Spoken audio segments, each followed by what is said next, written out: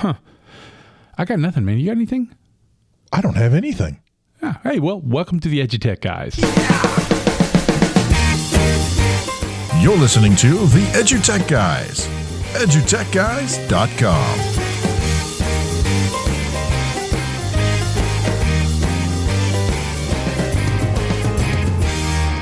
Hello and welcome to the EduTech Guys. I'm David Henderson. Hey, I'm Jeff Matlock. Hey, thanks for... I thought we were doing a thing there. That's right, we're doing a thing. Here's... Oh, wait, we can't do that. That's copyrighted. That's right. Oh, sorry. Sorry. We can't do that because that would be a Tonight Show. Oh, don't give him a plug. Oh, you can't say that? Oh, crap. That NBC. Oh, jeez. The lights from General Electric. Oh, crap. Oh, there we go again.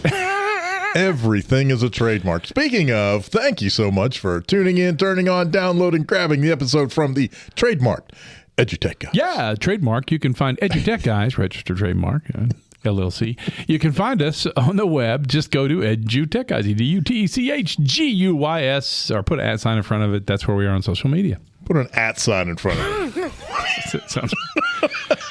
I'm just going to stand on the street corner with a sign that says put an @ sign in front of it. Get out of my face. You know? Oh, my gosh. That is hilarious. Hey, can you tell that we're a little giddy? It's we're recording this late. It's 3 a.m. on a Tuesday. Now we're kidding. It's 3 a.m. We must be lonely. It's 3 a.m. Oh, it took me a second. I know. It did. It snuck in. I'm falling down on my game. Somebody needs to go back to school. You know, it's funny. What are we in, like week 7, 6 or 7? Somewhere in there, yeah. God, I feel like it's still like week 2. I don't feel like I ever got out of... I thought you were going to say week 99. No, just get me out of here. No, you know the hectic part of the first couple of weeks of school, for especially a tech department. That's I have a tech department. Yeah, it's purple. Anyway, I feel like it's still, just bearing down on me. Oh, yeah. Like something new. There's so much we download now and upload with, and APIs and data and, keeping up with, and we have a lot of kids that come in and out. So it's new accounts and it's a lot to that. I will say that's one thing that I have really picked up on since I started working here is the student mobility is just crazy. I mean, we have students coming in and out of the district all the time. It's just like, man. And Jeff is as crazy as I thought he was. That's what else I picked up when I got here. Yeah. Oh, you guys have to deal with him every day. Oh my goodness. Yeah, I don't know how anybody. I don't know how they put it. I don't know how your wife does it. Yeah, well, it's a legally binding document. That's what it is. It's just legal obligations. It's cheaper to stay with me. That's what it is. It costs too much to get rid of me. That's it. That's right. I mean, think about that. It costs too much to have me taken out. Leave me. Just leave him alone. He'll be fine. He's harmless, mostly harmless. It's true. I am mostly harmless. Harmless. He's mostly hummus. I'm that dog you have in your backyard that never comes in the house. It just barks at everything. Oh, you're not wrong. All the neighborhood kids are afraid of, but he really just wants to be pet. That's all. That's all it is. Listen, if you translated my barks, it's a cry. It's a bark for help, is what it is. That's exactly. In the arms of an angel. That brings back too many bad memories. That's where my wife filmed me, was the pound. Yeah. And she was there to get a dog, saw me. I was in a cage next to the dog she wanted, and she went, I feel really sorry for you. I'm going to have to take this one home. Yeah. And he wouldn't go away. That's right. Stuck on you. Stuck with you forever. Stuck on you. 35 years. Yeah, wow. Congratulations. Well, that'll be in June, but it's 34 in whatever month that is right now, but yeah. Now you're making me do math. It's not the math episode. Well, actually, it kind of is the math episode. It is kind of math episode. Yeah, today we're going to be talking about a chronic absenteeism. Yeah. With a really intelligent, cool person from from a great school district from California. Yeah. We think you're going to enjoy it. Yeah. Hey, I'll tell you what, we'll drop out to one of our obligated commercials. Sponsor. Do we have a sponsor? I don't know. I'm being obnoxious. We actually record these sponsor episodes. We record the actual 30-second or 12 minutes, however long this thing lasts. So, but that's a yes. We're glad to have them. Sponsors, commercials. Oh, yes. Is it a commercial? What do you call them? Oh, that's a good question. What do you call something in It's an ad read. Ads. So anyway, here's an ad read. We'll be right back after this. Hey, welcome back to the EduTechGuys. We're real excited to have our next guest on the show with us, and we're going to let her tell us who she is and what she does and all that kind of good stuff. So here we go. Hi, I'm Jessica Hall. I'm the Executive Director of Communication and Community Engagement for the Roseville City School District in Roseville, California. Awesome. Yeah, thank you so much for coming in and joining us today. Talk a little bit about your role kind of in general, and then we'll get into why you're here today. Yeah.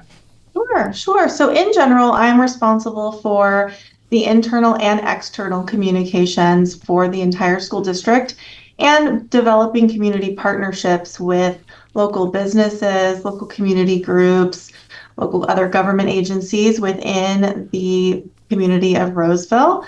We are a TK-8 district, so we serve preschool, elementary, and middle school students. We have about 12,000 students in our school district. We're located just outside of Sacramento.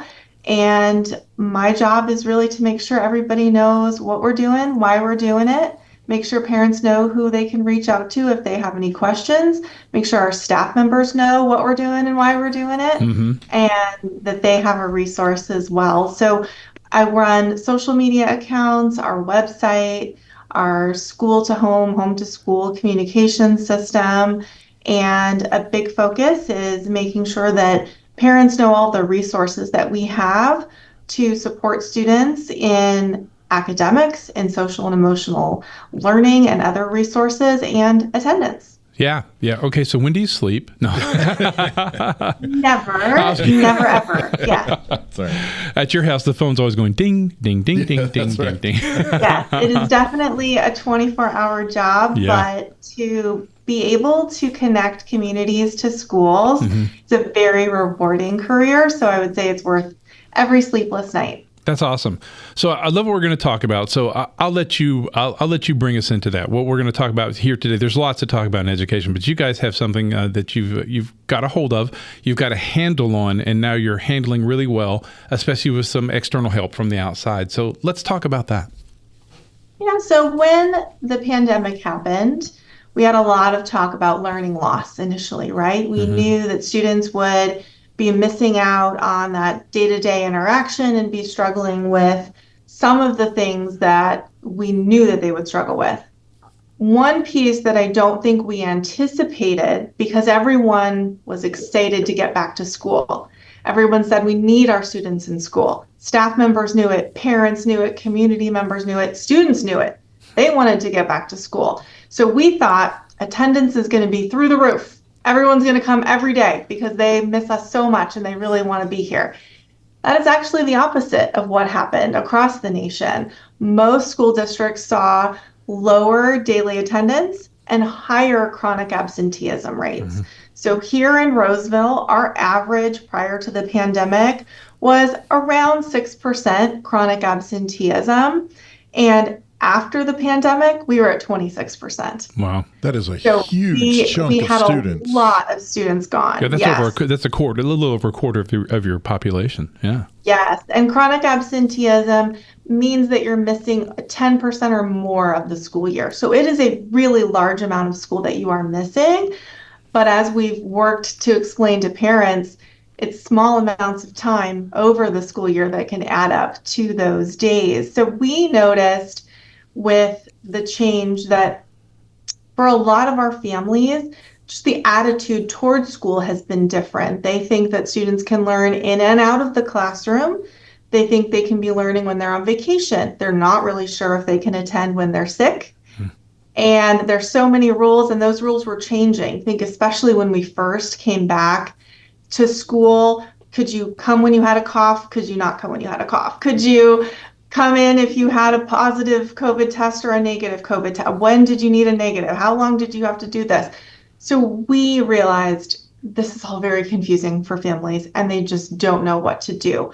We also see a lot of our families are having, hardships, are experiencing housing instability, have lost their jobs, are struggling to put gas in their cars. So they also don't realize that as a school district, we are a resource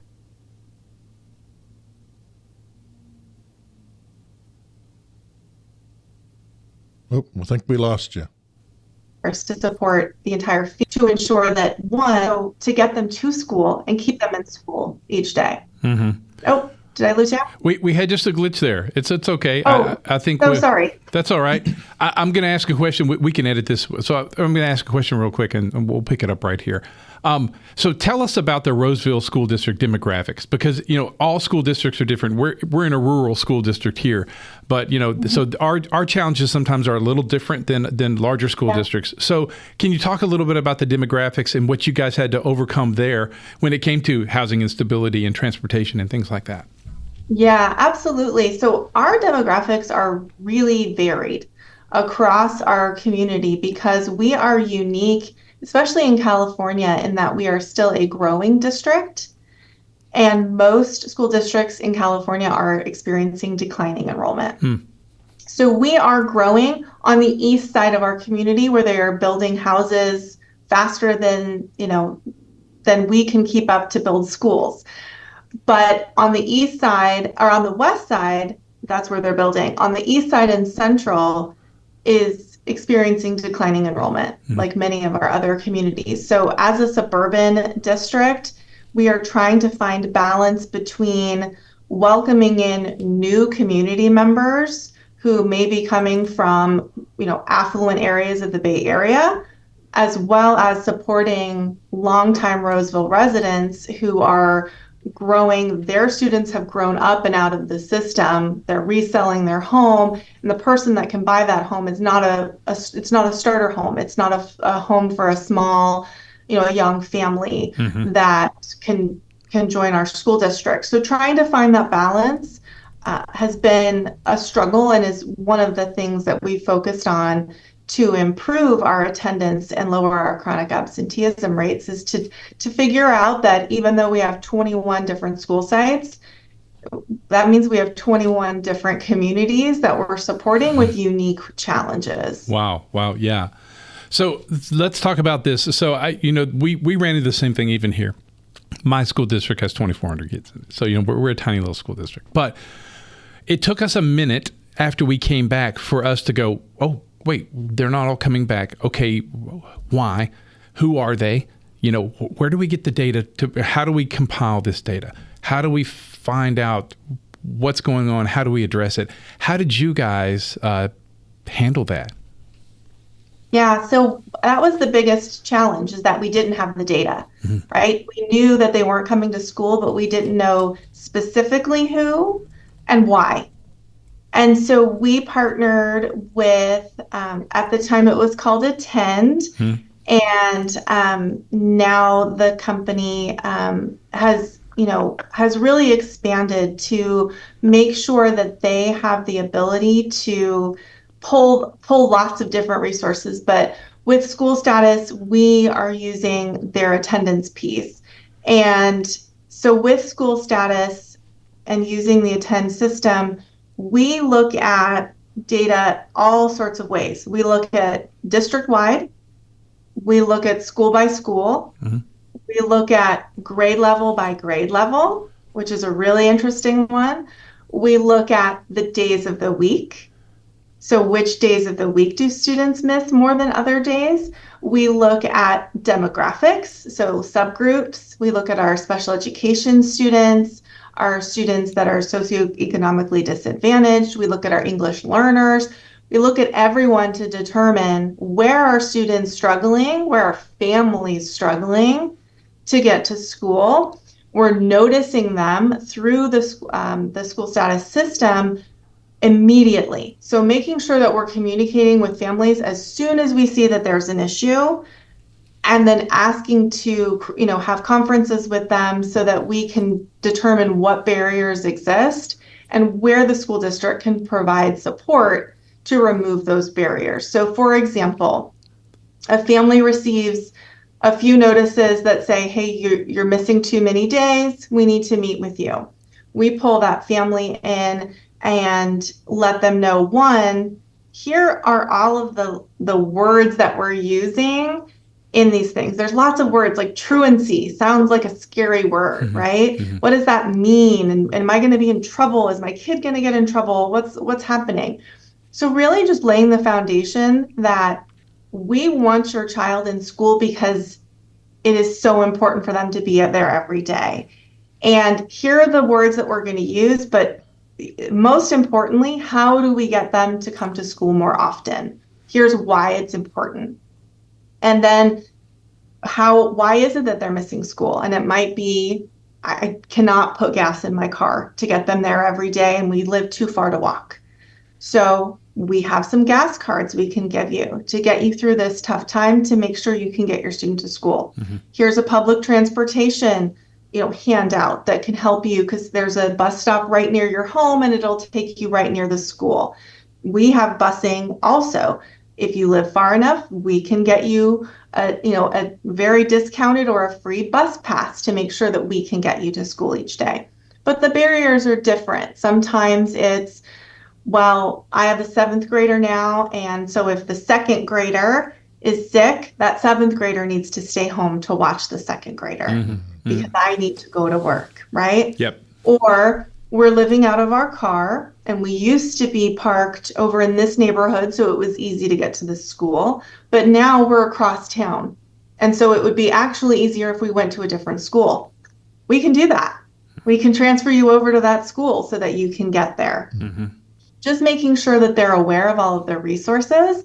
And then we really take a deep dive again into that data to see after that conference, are we recovering? And we see that. We see after the conference, we have a huge success rate of those students having improved attendance after those initial conferences. And sometimes that's all it takes. It's just they need to know that you care enough and that this is serious enough that as adults, we're going to try to help you and help the student first and foremost. So I have a question about, school status. They've done this a lot. So, when you're talking about the providing the gas cards or providing whatever you can provide, help with housing, whatever it has to be. Did they help you guys with that since they've dipped their toes in that in a lot of different districts? Was that a big help for you guys to, because, you're a one person warrior. So, they had to come in and go, hey, we can help you with this. We've got all this kind of information. Yeah. A big piece of this puzzle is so much of the notification responsibility was on our front office staff at our schools, right? So you're supposed to go through and pull and give those notices and get people the information. We all know that our front office staff members are overloaded. Tremendously. Tasks, right? And so if that wasn't getting done, then they were feeling bad that they weren't noticing, but there was no way. There was just no way. Yeah. So this system to automatically let people know right away that these are going. We also do positive messaging through school status. Sure. They also give a message from the principal. It's a letter home. And they open the letter, and the letter is signed by the principal, and it says, I hope you know how important it is that you're here every day and that we have resources for you if you can't be, right? So that piece, it's a big push of positive, and school status helps with some of that positive, and then our communications work kind of fills that in. But it's that constant notice because, as I mentioned earlier, parents do not realize that these days add up. Yeah. Well, they're only missing maybe 2 days a month. Guess what? If they miss 2 days a month every month, they're chronically absent. Yeah. Those days add up. Yeah, it adds up quickly. And one of the things that we see in the school district here is that a lot of parents and students don't necessarily understand that those days are adding up because they tend to be spread out. And so, I don't know what your experience is, but I know one of the issues we have is spring is when a lot of the days, right? In the fall, we have all kinds of different holidays and breaks. And so, school is kind of broken up into pieces.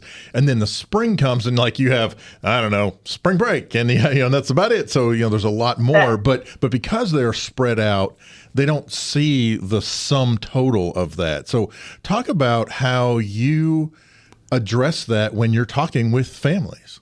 Yeah, so I would say that the most impactful data point that we have shared with them is that 2 days a week, 2 days or 2 days a month, 2 days a month every month, you miss 10% of the school year. Yeah.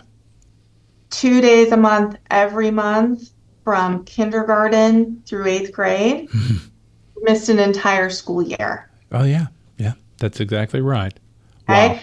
You would never miss an entire school year. Ever. You would never say, we're going to take off and we'll skip second grade. Yeah. Right? Yeah. You would never do that.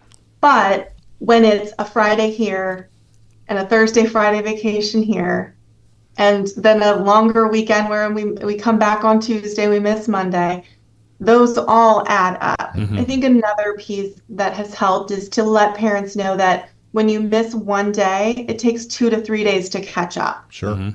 So no one wants their student to feel behind. And the more days that you miss, the more behind you are. And so letting them know we've got to stop so that they can catch up and be along with the rest of the class, and that they're not always feeling like they're trying to catch up as they're learning. Yeah. Right. And then the other piece is that independent study is available. And so if you know you're going to be on vacation, if you know you need to leave town to take care of a family member or take care of something else, let us know ahead of time. We can keep that student as connected as we can to the curriculum and let them be on independent study for that week so that they don't miss out and that they aren't coming back now needing, if you miss a full week, you're taking weeks to then catch up.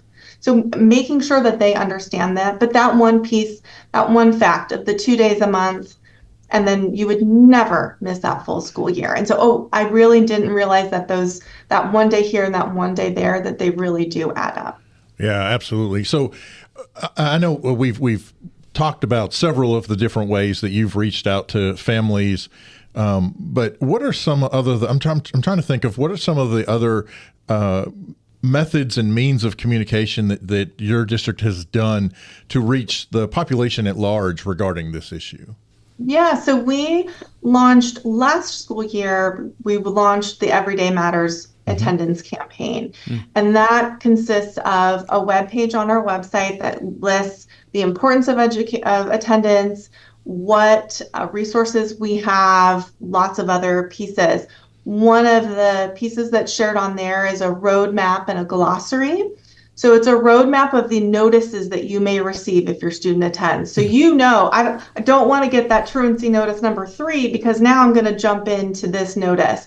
And then on the back is the glossary. We in education, as you know, we use acronyms too many times and we use words that people don't understand. So explaining that, and that roadmap and glossary we printed out. It's just a little half sheet. We handed it out at parent-teacher conferences last fall. So every parent had it there and they could go, oh yeah, I'm reminded that this is an important thing and I know what these notices mean. If they come in the mail, I'm not just throwing them out. I'm noticing that, oh wait, I really need to be on this because I don't want this next notice, or I don't want to have a conference, or I don't want to have this, school meeting or district meeting to support my student. I want to get on top of it. I think another piece is a social media campaign. We've shared some facts and figures. We've shared other resources. And the last thing is just building relationships, right? Every single staff member in our district is committed to this, really believes in the importance of celebrating the positive, acknowledging students when they are there, celebrating them when they are there, right? A student that may have struggled with attendance in the past, a high five at the end of the week because they attended every day, a postcard home saying, wow, you haven't missed a day in 2 weeks. That's so great. We love seeing your face here. And then when the student does miss, letting the rest of the class know, David's not here today. Let's all make sure David knew how much we missed him when he wasn't here. And so when he comes back, he's excited. He's welcome back. He never wants to miss a day again. I would say one of those pieces is just building relationships with students and with families. And our staff members, we all say our staff members are the best, but ours are the best.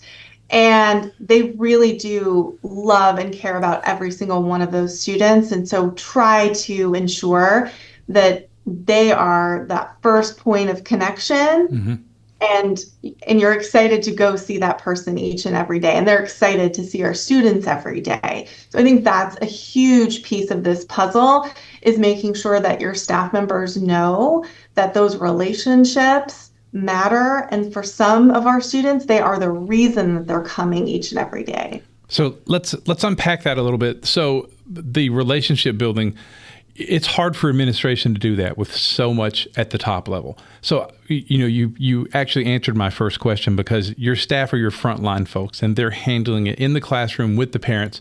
So, but for the educators listening, let's talk about the workflow as a teacher in the classroom. And what that means, like, who's going to send the letters, who's going to make sure that, we're keeping this going. And can you talk about that workflow in your district? How, if I'm a second grade teacher, how I can make this happen? Yeah, so our staff members have access, our administrators have access to the school status dashboard, which helps them to look into, and the front office staff as well. They are able to look into who's missing, why. Oh, wow, we had a big, increase this week. We got to reach out. We got to figure out why kids are gone. And then our staff members in the classrooms are saying, well, where were you this week? Well, why didn't we see you last week? Well, what's going on? And everybody's talking, with one another. And so we are a PLC district. And when we meet in our PLC groups every Wednesday, we're analyzing not only, English results and math tests, but we're talking about attendance. And we're saying, we heard that 3 families went on vacation together. What can we do to encourage them to take that vacation during a school break next year? What can we do to celebrate the students that are here?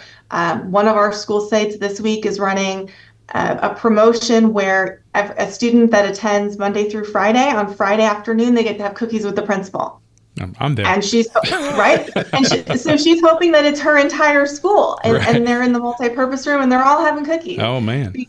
And that's great. And so then the teachers themselves are saying, hey, let's remember that if you come every day this week, you get a cookie. If you come every day this week, we're celebrating you. And so we have front office staff and administrators that are sharing the data, and then teachers and support staff that are really kind of making that happen in the classroom each and every day. And I would say system-wide, all of our staff members are encouraged and are able to do those notes home, or a phone call home, or just a note in the backpack of, wow, so happy to see you. What can we do? How can we communicate? And two-way communication is a huge part of our district, making sure parents know that they can reach out at any time. Community members know, students know, so that we're always talking back and forth on what worked this week, what didn't work, how can we make it even better next week. One of our sites had shared with their families, which was a really great data point, that the school year is 180 days, which is only 49% of the year. So you have 51% of the year to do whatever you want. Cheers. That's right. Vacation, to do this, to do that, because it does feel, and as a parent myself, oh my gosh, all these days and it's all school, right? And well, we can't do that because she would miss school, or we can't do that because she would miss school. But there's 51% of the year that we can. That we're free to go wherever we want, do whatever we want. And so that was another piece for me, and that was a principal that just said, hey, I noticed this, I thought of this, I thought I would share it. Now we're sharing that system wide.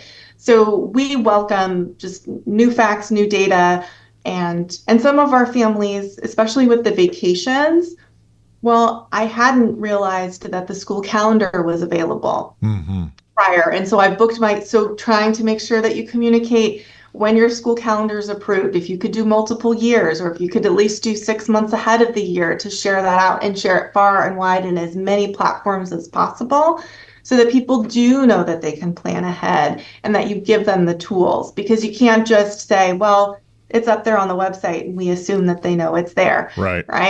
And we have to make sure that we're telling everybody, one, that it's really important, but two, that all of the resources that they need are there. So we've talked about where you were before the pandemic. We've talked about where things were coming right out of the pandemic. We've spent some time talking about the efforts that you guys have taken to help bolster attendance. What does that look like now? If you've got the data, so what's the impact that you have seen on? Yeah, what's your expectations and you're looking forward into the future? Yeah, so from 2022 to now, we went from 26% to about 11%. Nice. Wow. Which is huge. That's huge. And we'd love to see test our scores do goal that for too. next year is to cut that in half again. Wow. Right? And to hopefully be in that 6% bundle that we were, average that we were in prior to the pandemic. I would say that for us, and I think for everyone in education, that goal is always 0. Right. Sure. Right. Yes. You hope that every student is able to attend school, when they're healthy, when they're able, as much as possible, and that they never miss more than 10% of the school year.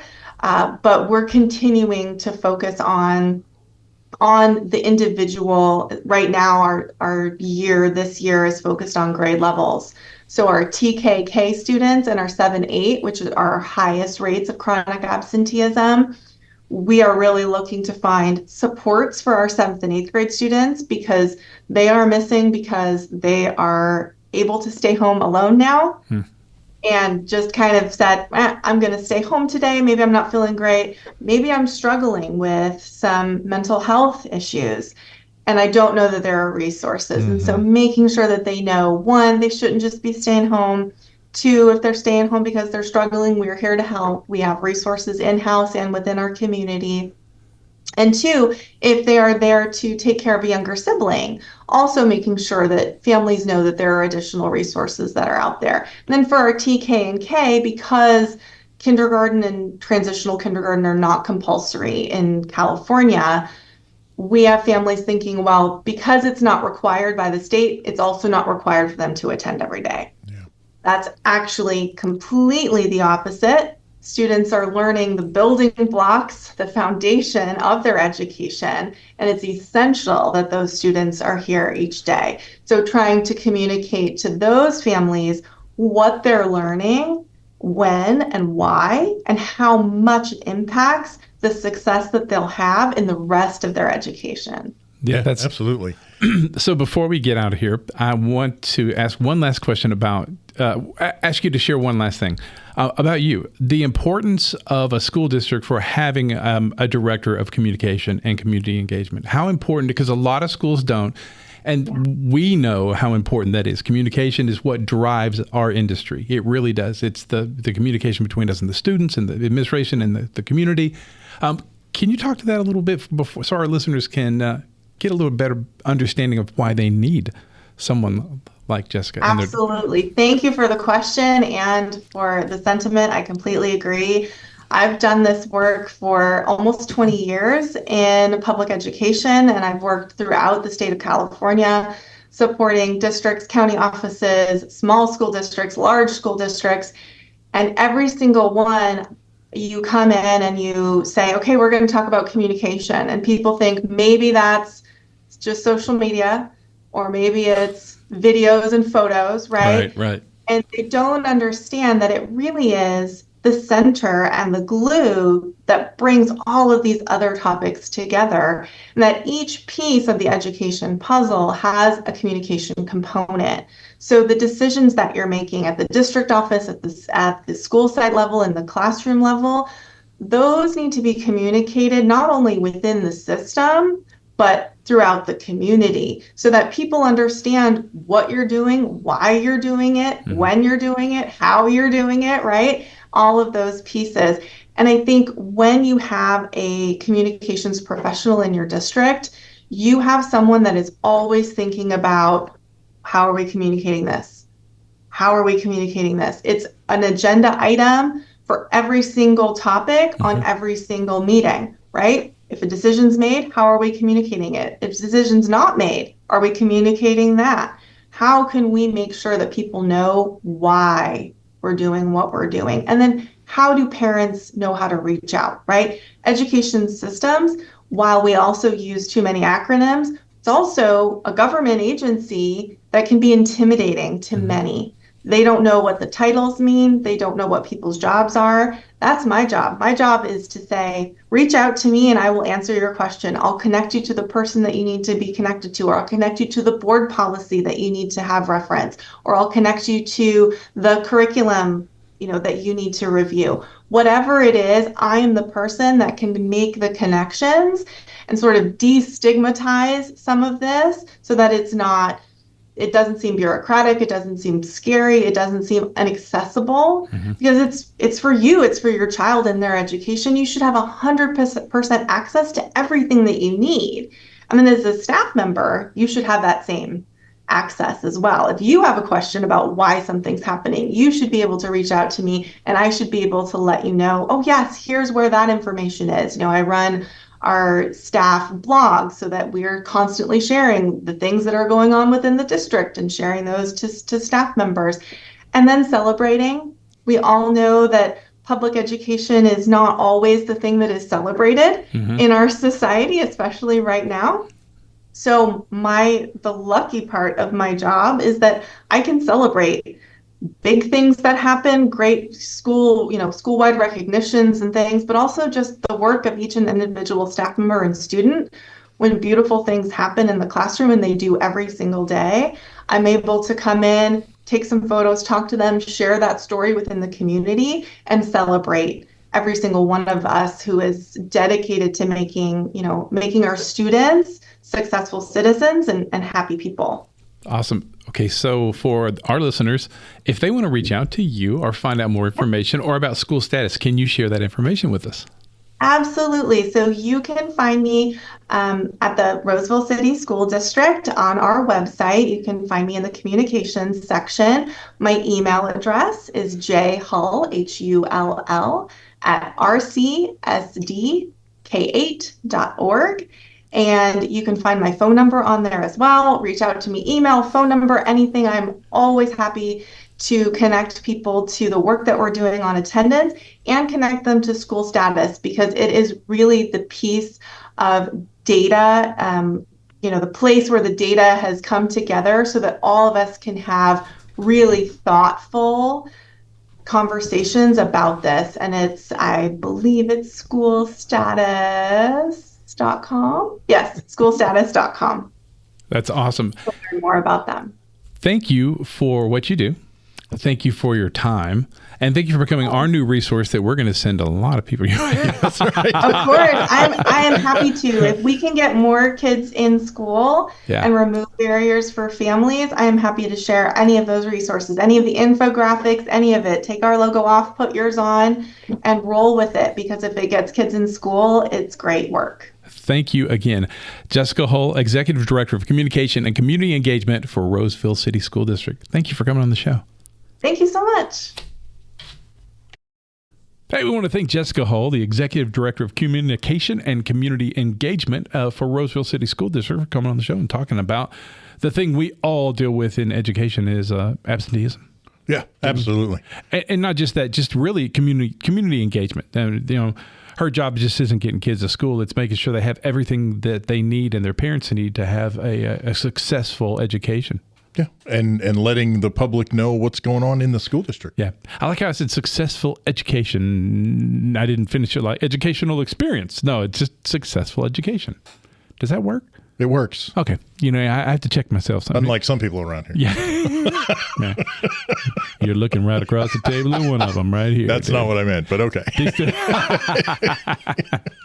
Yeah, really great episode. Hope you enjoyed it. Don't forget to just look them up on the web. You can look up Roseville City School District. It's near Sacramento, isn't that correct? Sacramento.